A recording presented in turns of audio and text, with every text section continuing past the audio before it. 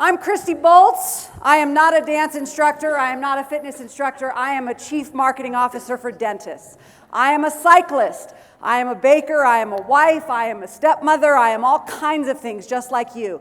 And in my former life, I was a college math professor. Ooh. Okay. So today we are going to talk about a little bit of numbers. On November 6th, 2016, two teams met in a World Series game that would be remembered for the ages. It was the Chicago Cubs, who had not won a World Series since 1904, and the Cleveland Indians, who had not won a World Series since 1948. The two longest droughts in baseball. Anybody watch? One person. All right.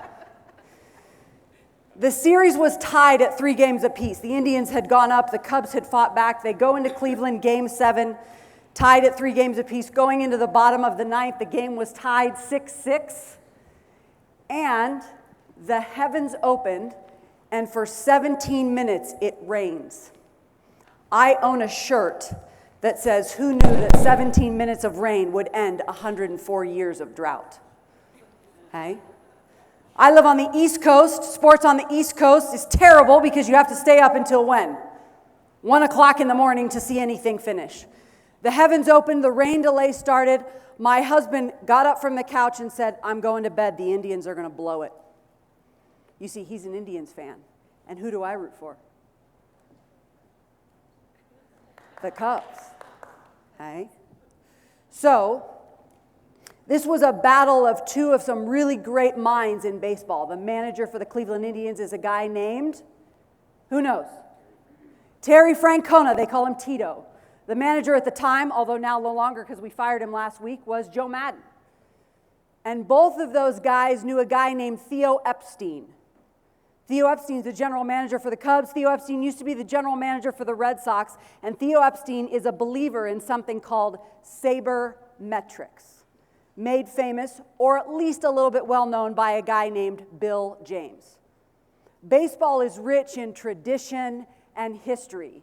The original Yankee Stadium, now no longer with us, God rest her soul. When baseball started, it was very much about pitching. The game was different.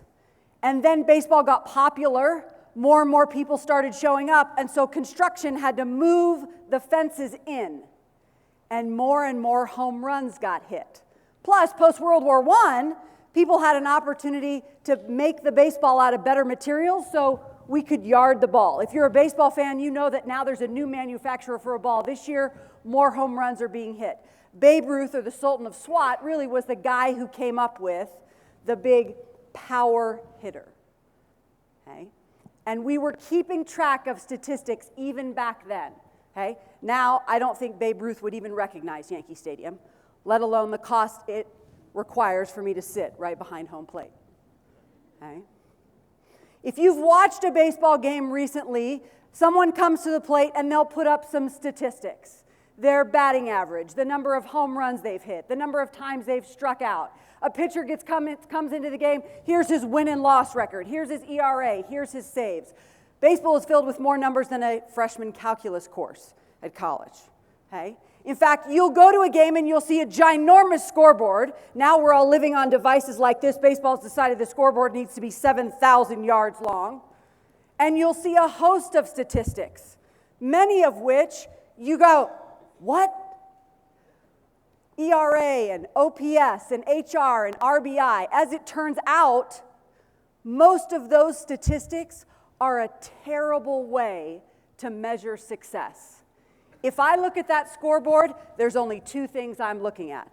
In your practice, most of the things you look at to measure success when it comes to new patients are a terrible measure of success. Really what Bill James was talking about, that Theo Epstein and Terry Francona, which is why he put a particular pitcher in the 7th inning that everybody thought was a starter, was a terrible move, but actually brilliant. Most statistics in baseball are a load of crap. If you really want to know how you win a baseball game, you need to get somebody on base. Then you need to get them from base to home, because it's the number of runs that wins the game, right? So if we're talking about marketing and we're talking about new patient acquisition and we're talking about digital strategy and budget, wouldn't you want to know the statistics to look at? Not all of this stuff, right? We have these great sexy dashboards now Dental Intel's got that have a host of information on them. Wouldn't you want to know just how to win? Because winning is really about getting the patient to do what? Say yes. And I can't get them to say yes if they're not in the chair. That's what Brian just talked about. I can't get them to say yes if they don't call the practice. I can't get them to call the practice if they don't first find my website or talk to my friend. As Steve mentioned, over 80% of patients prefer to hear about you or your office from a friend. Okay? If it's really all about winning, then this in baseball is a statistic that matters much more than something you look at every time you watch a baseball game, which is batting average. Has everybody heard of batting average? Some of you are like, what? She's talking about baseball. I thought this was a digital dental marketing conference. What is she saying? Okay. And now there's an equation on the screen. OBP, or on-base percentage, counts the number of times a batter gets on base. In other words, the number of times the patient actually walks into the practice. Years ago in rural North Carolina, I had a client who sold tubes of toothpaste, the big ones, for $1 on Fridays. Do you know why? Because it got everybody into the office on Friday. What's the likelihood that if you get a patient into the office every single Friday, they're going to flake out on their appointment, not pay their bill, and not refer their friends? Pretty low. Brilliant strategy. Okay? Getting a runner on base matters.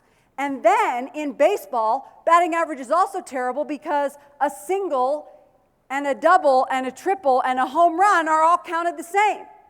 So we count something called slugging percentage. Because quite frankly, if I get a single, I'm second, third, fourth, 270 feet from scoring. If I get a triple, I'm 90 feet from home base. How do you hit a triple in your new patient acquisition? Mrs. Jones refers her husband, Mr. Jones. Mr. Jones needs $20,000 worth of work. He thinks you're fantastic. He walks in, he's ready to say yes. He's 90 feet from home. Versus patient who calls from Yelp. Hi, how much is a crown? Where are they? Foul ball. Okay? And then, as it turns out, I can even get better. There's something called a run expectancy chart. And there's one for every park in baseball. If you've been to Coors Field, you know it's in Denver at altitude like we are today. Okay? Wrigley Field is not. Wrigley Field's in Chicago. There's only one other ballpark that's older. And if the wind blows out at Wrigley Field, there's a far greater likelihood that you're going to get a home run whether the wind is blowing in.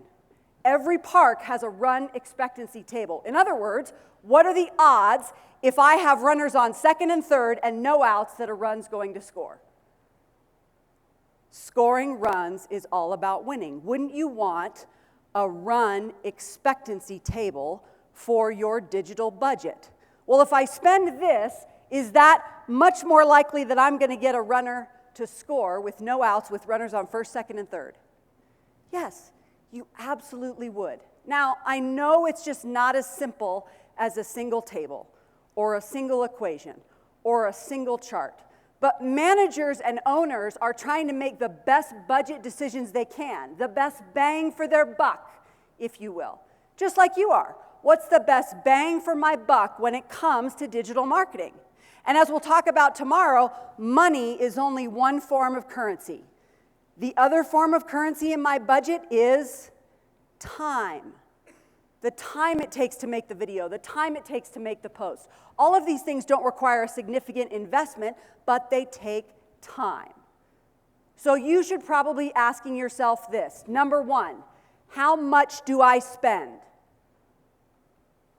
Number two, where will my dollar go the furthest? Unless you have a money tree in your backyard. Number three, be honest, where is my money going now? And am I wasting it or am I maximizing it? And finally, number four, what is the best digital ROI for my practice this year and next year? Notice that I said for my practice. You have to measure your success against yourself. I have a client in Midtown Manhattan. The competitive landscape of that digital market is significantly different. The cost of just getting in the pool is probably what most of your digital budgets are for the year. Every practice is different, just like every park in Major League Baseball is different. So if you're asking yourself 4 questions, you also need to realize that your digital spend is as much about existing patient retention as it is about new patient acquisition. I tell people I stopped counting when I've been to 1,000 offices. And because I'm such a numbers nerd, I look at total production and divide it. New patients, existing patients. Do you know where most of our runs come from? Do most of our production come from new patients or existing patients? Existing. In fact, in nearly every office, unless you're a startup or a very unique specialist like an endodontist, where all new patients are patients, about 70% of production is probably coming from existing patients. But when you measure your digital ROI, you don't measure it against your existing patient retention. You should. You should look at what was my attrition rate last year. Attrition's really easy to calculate. Patients I start with, new patients I added, patients I end up with, subtract and divide. Some of you are like, whoa, we need a break. That was way too much math. But if your attrition rate went down 10% last year and your digital spend stayed exactly the same, that's a win. Who cares if you got more new patients? That should be a byproduct of your digital spend. But please understand, measuring your ROI is not just about who can hit home runs, it's about all the runners that are already on base. How can I get them to score? How can I get them to say yes to the treatment plan that's already loaded into the computer? Existing patient case acceptance is way better than new patient case acceptance, traditionally. Your digital spend is not just about new patient acquisition, it's about existing patient retention. Some of you want to go back to this time. As Steve mentioned this morning, when a new patient would call, we would answer the phone. The phone kind of looked like this, that they were calling from. Some of you are going, what is that? And we scheduled the patient. It doesn't work that way anymore. Now, when somebody refers our practice to a friend, the very first thing that friend does is pull me up on Google. Whether it's on a desktop or a mobile device, as we've run tracking numbers on people's Google My Business listing now for over 6 months since Google changed the rules, we find that more than 50% of new patient calls come from that listing. They never even look at your website. They looked at whether you were open, where you were located, what your reviews said, and that's it. How do you control your digital ROI on something that you have such a small amount of control over? When Jack and Steve talked this morning, they talked about the importance of the things you can control in culture and the things you cannot. Google My Business is always changing the rules, so is Google. If the only thing they know about you is where you're located and are you open, and what your reviews say, don't be mad when they call and they don't know anything about your office. All digital marketing can be simplified into one of 4 categories: reach, act, convert, and engage. That's it. And there are, quite literally, thousands of companies that will take your money. Some of them are dental related. Some of them are not. Some of them are more effective than others. How do you choose where you spend? How do you choose the right budget? It's like picking the right players for your team. So don't panic. We are going to do a little bit of math. It is going to be a word problem. Okay? The first thing you have to understand is where your new patients come from. In this particular practice, 1/3 of new patients come from other patients. 1/3 of new patients come from the internet, and 1/3 comes from everywhere else. Please notice that I'm not measuring body count. Body count is like batting average. It's a terrible measure of success. I'm starting with revenue. I'm measuring revenue. The next thing I need to understand is what's the average revenue per new patient. I have some clients that a new patient might be worth $750 in the first year. I have other clients that a new patient might be worth $3,500. Please don't measure yourself against anybody other than yourself. Please also know what an existing new patient is worth in your office, because that's when the Saber matrix really plays out. Also, all of you have a first-class cabin. I don't know how many of you flew first class here yesterday, but the first-class service is a little bit different than the coach service. Now, most airlines have created like a tweener service, hey, economy plus or comfort plus. There's kind of something in between.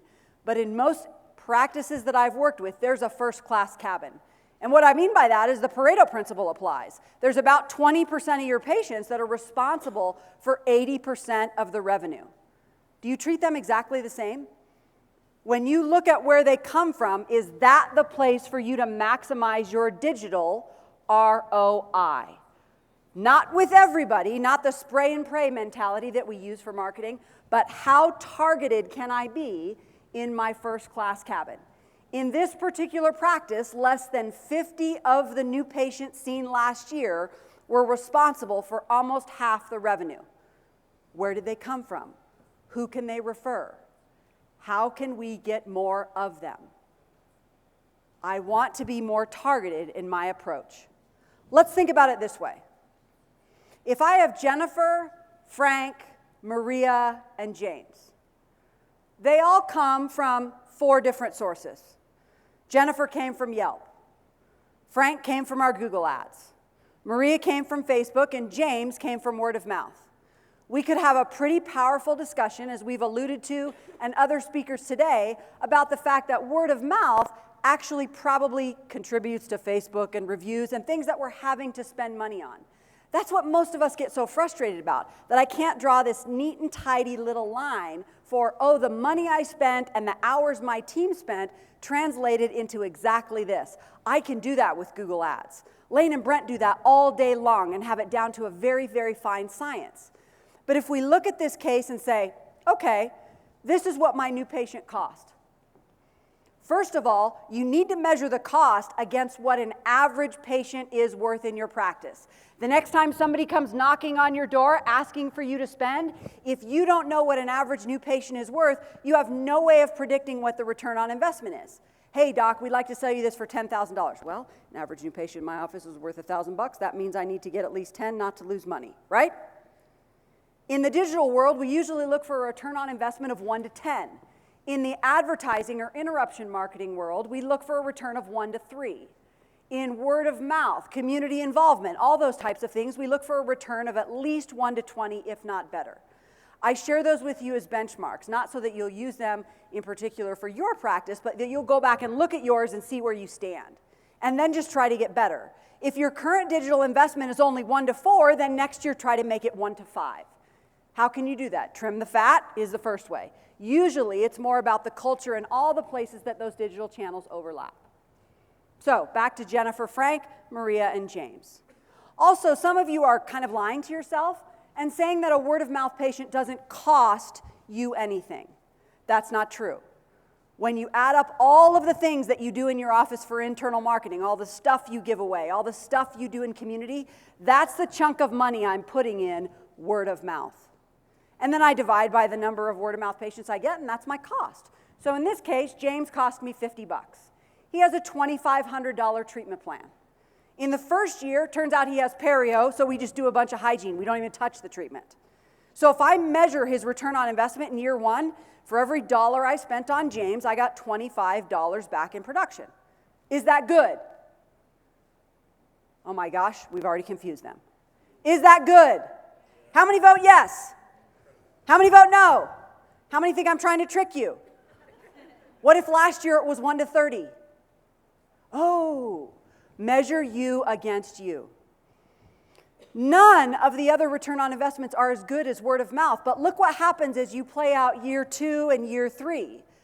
Not only are we looking at hygiene revenue, but now we're looking at treatment plan acceptance. And guys, for some people like Frank, who find you on Google, it takes them a little bit longer to be happy in the marriage and trust you enough to say yes. See, Frank says yes in year 3, which means the return on investment goes from 1 to almost 1 to 2, which is not great. I'm not losing money, but it's not nearly as good a word of mouth as it is in year 3 when suddenly his return on investment skyrockets. Please don't limit your digital marketing budget to the narrow focus of what revenue was generated in the last 30 days. For most of you, case acceptance comes more from existing patients. Segment the production out. Understand that you don't have to look at 250 different statistics on your dashboard to know that you just need the best predictor for who's going to hit the home run. Some presenters that follow me are going to talk about the importance of conversion. Getting a ton of leads versus being able to convert those leads is entirely different. Are you wasting money on your digital spend because you don't have the ability to convert them? In the office, on the phone, in hygiene follow-up. There are so many different layers. No one would assume that just by having a run expectancy table and looking at the slugging percentage of one hitter that we could predict that the Cubs would beat the Indians on November 2nd, 2016. It was a variety of different factors that went into their success. A variety of different factors play into your digital marketing budget, your time and your money. Before you spend $1, make sure you understand where that dollar goes, how far it will go tomorrow, and what success you can expect to have in the future. Thank you.